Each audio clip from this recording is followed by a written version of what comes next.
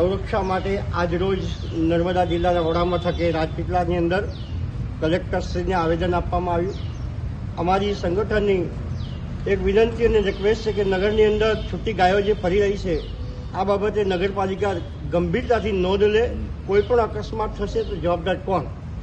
અને આ માટે એક સુંદર મજાનું આયોજન કરવામાં આવે એવી સંતોની માગણી છે.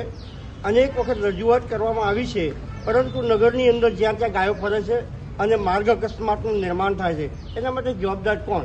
તો એક સહિયારું આયોજન કરવામાં આવે અને ગાયો માટે એક અલાયદું વ્યવસ્થા કરવામાં આવે એ અમારી સૌની માગણી છે. નર્મદા જિલ્લો સંત સમિતિ નર્મદા.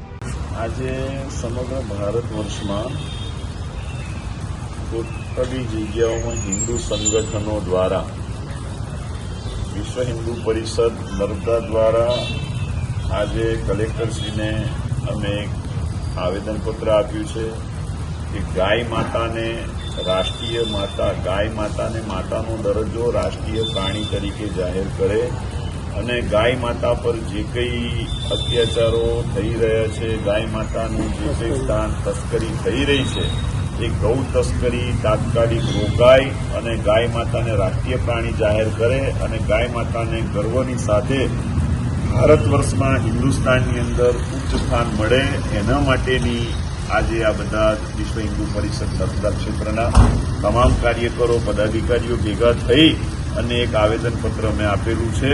એના માટે અમે અહીંયા ભેગા થયા છીએ.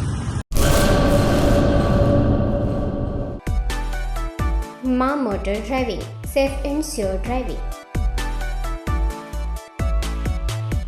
ડ્રાઇવિંગ એ શોખ સાથે આપની મોટી જવાબદારી પણ છે.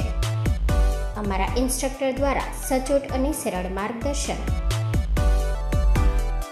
આપની રોજની તાલીમની માહિતી મેળવીને શું અધુરાશ છે એના ઉપર પૂરું ફોકસ કરાય છે.